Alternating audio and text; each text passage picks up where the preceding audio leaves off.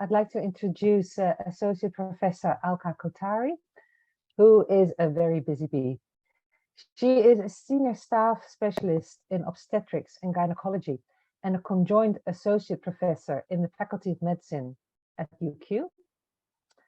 She is currently completing a PhD on forgotten fathers in pregnancy and childbirth, and she won the best oral presentation for this work at the World Congress in Obstetrics and Gynaecology in London 2019. She has also won various research excellence, leadership and teaching awards in Metro North Hospital and Health Services, as well as UQ. She has published multiple research papers in international and national journals. She's regularly invited to speak at international and national conferences for various specialist colleges, including the Royal College of Obstetricians and Gynaecologists, the Royal Australian College of Anaesthetists, I always find this one hard, and Anaesthetists, and the Society of Obstetric Medicine of Australia. She's passionate about encouraging multidisciplinary research, especially in perinatal mental health, women's imaging, medical education, and mental health and well-being. Associate Professor Kothari is an active member of the Prince Charles Human Research and Ethics Committee and provides research supervision and guidance to higher. Okay, we're recorded again. So she also provides guidance as a board member and clinical advisory and governance committee member to several non-government organizations. She has also recently been elected as a Greater Brisbane Area representative for the AMAQ and the Vice President of the Indian Medical Association Queensland. It's amazing that she still has time to actually speak for us tonight. So thank you very much, Alka. I'll hand over to you. Thank you very much, Ira, for that introduction. So as you have figured out, I'm an obstetrician by background.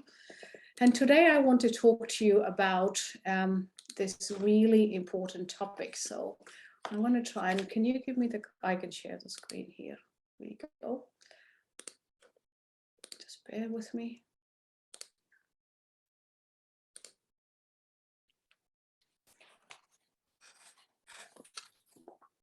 It's thinking, sorry. Can you see my screen at all?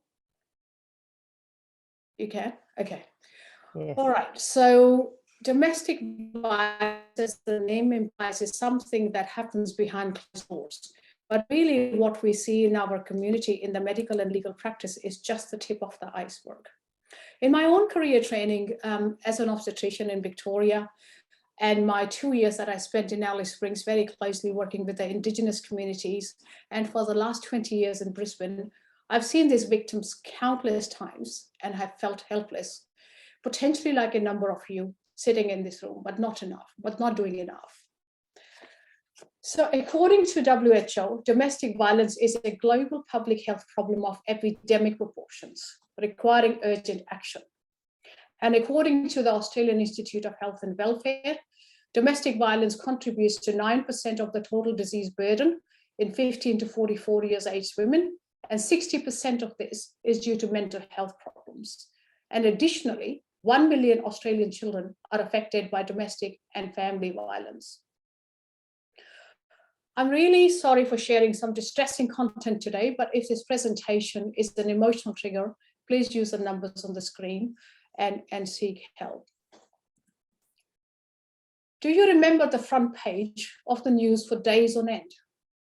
Hannah Clark and her 3 children were burnt alive by her ex-husband, who later killed himself. This was on the 19th February 2022. Have you seen this face? Angela Surtees doused her husband Daniel Surtees in petrol after a fight at the Geelong home and lit him on fire when he was sitting on the couch on his lounge. He had 80% burns to his body and died in the hospital the following day. Remember this call is what Brock Wall said in a warning to the DV service helpline.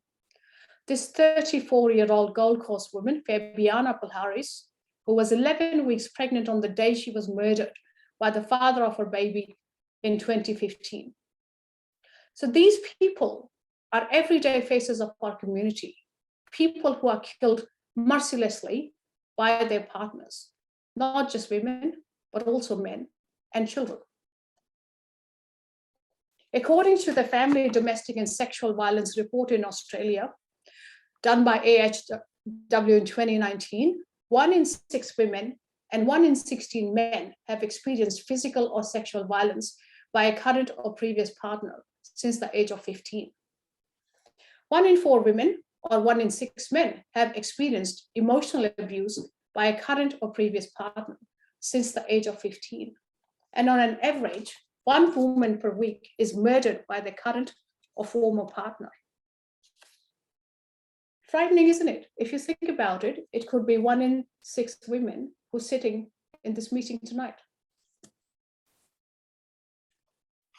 The Domestic and Family Violence Death Review Board was established by the Coroners Act 2003 to look at deaths in Queensland. This document, not now, not ever, made 140 recommendations for frontline workers, including me and you. The special task force, chaired by the Honourable Quentin Bryce, was established in September 2014 and delivered this report to the Premier of Queensland. The role of the task force was to define the domestic and family violence landscape in Queensland and make recommendations to inform the development of long-term vision and strategy. And this is an example of the voice of a domestic violence survivor. The bruises go away and the red marks, but the emotional scarring and the mental abuse always stay, but you just learn to deal with it. You may recognize this power and control wheel. So there is no agreed definition in the Australian jurisdictions regarding domestic violence, intimate partner violence, family violence, or a similar relevant term. But all of the jurisdictions do agree that this violence can take forms other than physical abuse. This figure displays the power and control wheel and provides one definition, but everyone agrees that similar to Queensland legislation, these include physical, verbal, social, economic, psychological, cultural, spiritual, sexual, and emotional abuse. And I share a quote from a DV victim. The violence would consist of him punching me, spitting on me, choking me, depriving me of sleep, and threatening others would kill me or rape me. I was often left bruised with multiple contusions, black eyes, pain, on occasion concussion, and living in great fear for my life. Imagine what kind of life this person would have had. In Queensland, our reported numbers have steadily increased over the years. And this graph depicts the numbers from 2011 to 2014, because there's always a delay in the release of these reports. But as you can see, our trajectory points up. But we also have unique challenges in Queensland because our services are not domestic and family violence informed or appropriately tailored. Our service models are rigid, crisis oriented, and not always accessible. And therefore, our responses are inconsistent across agencies. Our state is diverse, regionally distinct, and our service delivery is unfortunately fragmented. And we also have a significant Indigenous and migrant population.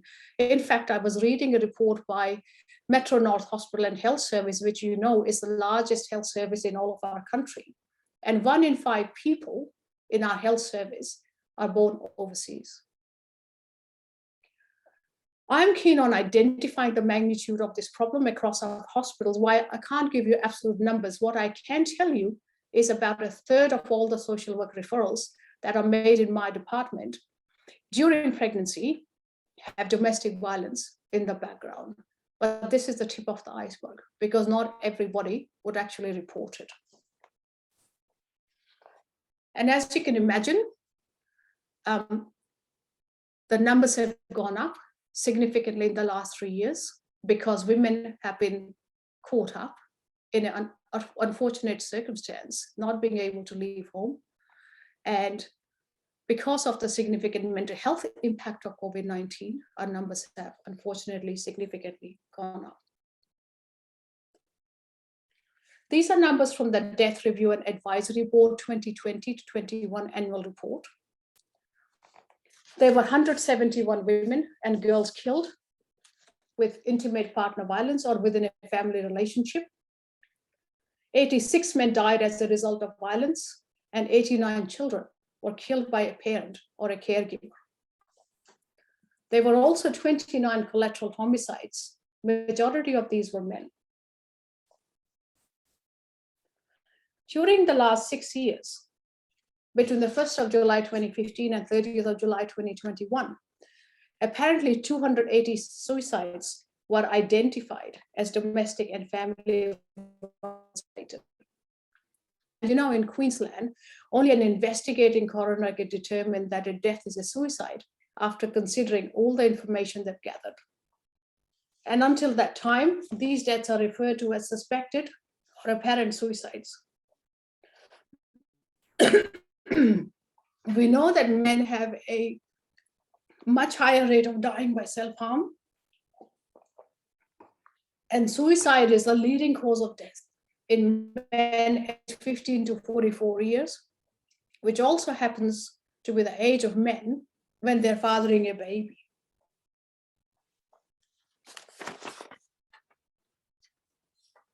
This is a report by the Australian Domestic and Family Violence Death Review Network report on intimate partner violence homicides in 2010 to 2018. And this report was commissioned by ANROIS, which is Australia's national research organisation for women's safety. And they look at 311 homicides. And in 75% of the cases, the male killed the female. And in a quarter cases, the female killed the male. But female was the primary DV victim in majority of these cases. The highest indicators of intimate partner violence are a prior history of DV in 84%, substance abuse in 58%, separation from the partner in 54%, and sexual jealousy in nearly 50%. So all of these situations are a recipe for disaster. And then you take pregnancy into consideration. This is a unique problem in pregnancy, as we know that the risk can actually escalate. So in my hospital, in my department, we will have a number of women in that setting who would score high on EPDS, on the Edinburgh Postnatal Depression Scale. But unless they accept a social work referral or link in with perinatal mental health, we can't really support them. And as you know, these problems are escalated in the migrant and refugee population because these women are not financially independent, and there are also language and cultural barriers. We do screen for DV, but that paper sits in the chart. And that information is unfortunately not collated. So there you go. It is the tip of the iceberg. And during pregnancy, there's an increased risk of miscarriage, preterm delivery, low birth weight, antenatal and postnatal depression, substance abuse, injury, suicide, and homicide. But pregnancy is also a unique window of opportunity for intervention. I remember having a migrant woman who had turned up to my antenatal clinic, and she was obviously scared because her partner was very controlling, and every time we asked her a question, he would respond. And then we sent him off to drop off an ultrasound form or something. And she was so scared. She didn't want anything documented in the chart because she was worried that he would do something. And then she rang me from interstate. He was a taxi driver. He was out at that time. And she said that he'd been abusing her. He'd been breaking her fingers one at a time. And I felt so helpless. I didn't know what to do. I didn't know who to call. And the problem is, your hands are tied because when you could have potentially helped, that patient did not want to accept a referral. It's very unfortunate. And I can also tell you that a number of times I've seen patients who've been kicked, punched, pushed down the stairs, who turned up in the emergency setting. And I recall a particular case where I had to take this patient straight to theatre, and she had a complete placental abruption, and her uterus was full of blood. And luckily we managed to save the baby. But imagine sending that mother and the baby home to that circumstance.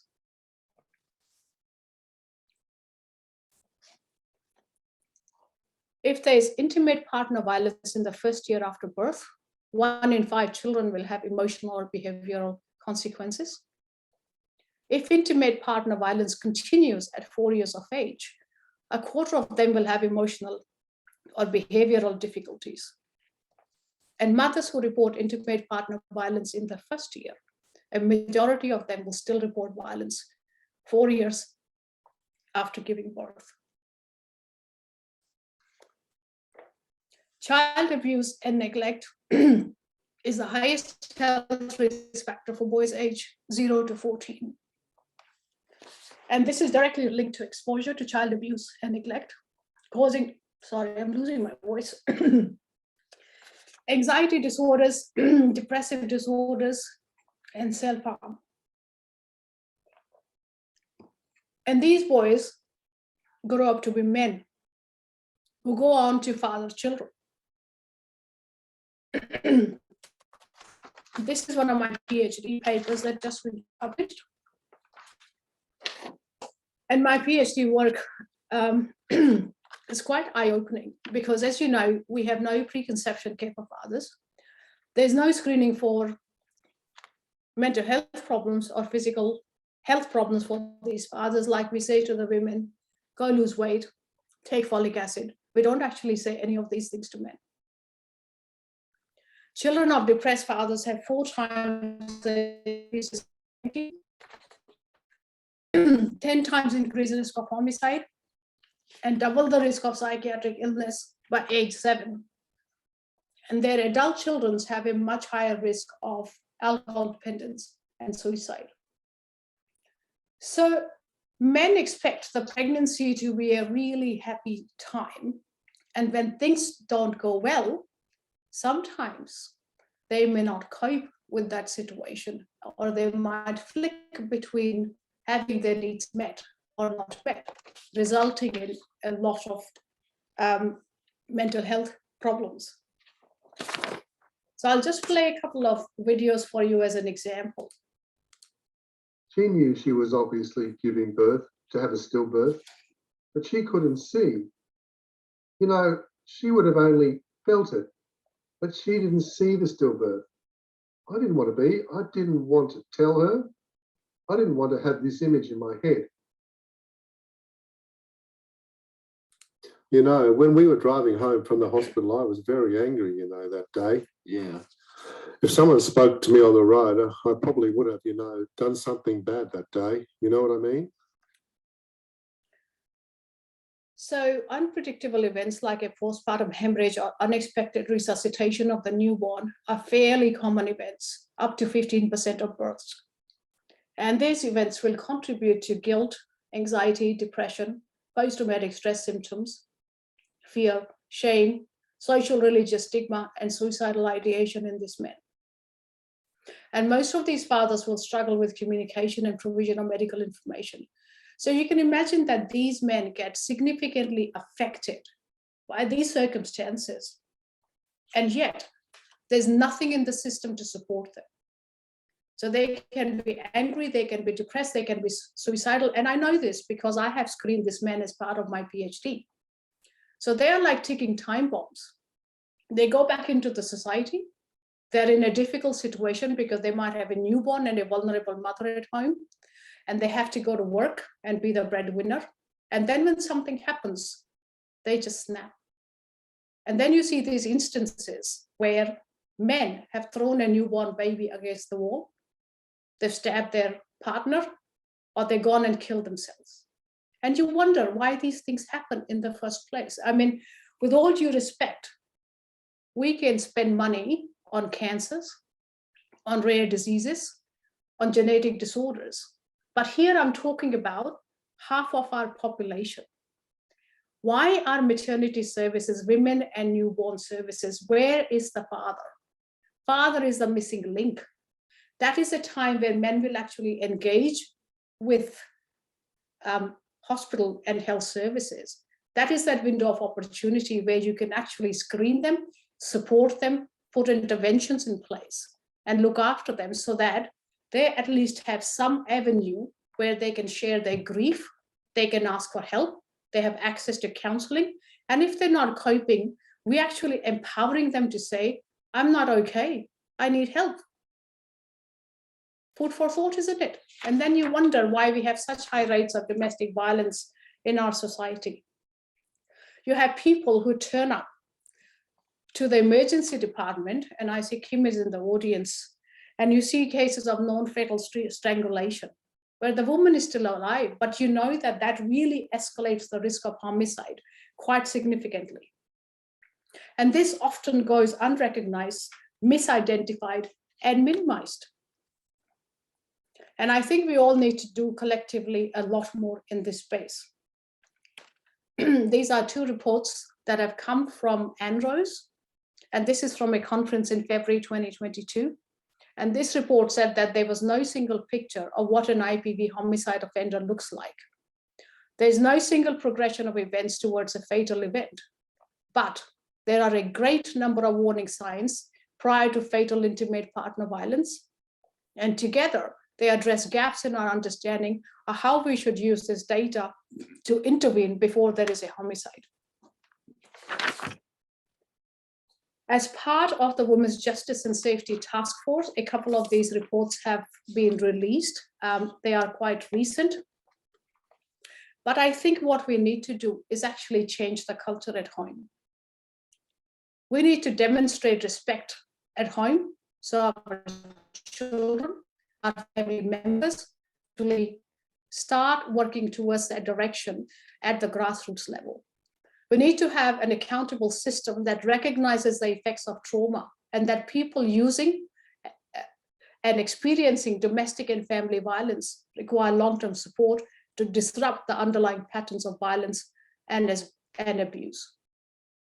So you as GPs or obstetricians or other specialists have a unique opportunity every single time to recognize, respond, and refer these women so we do not see these faces in the headlines.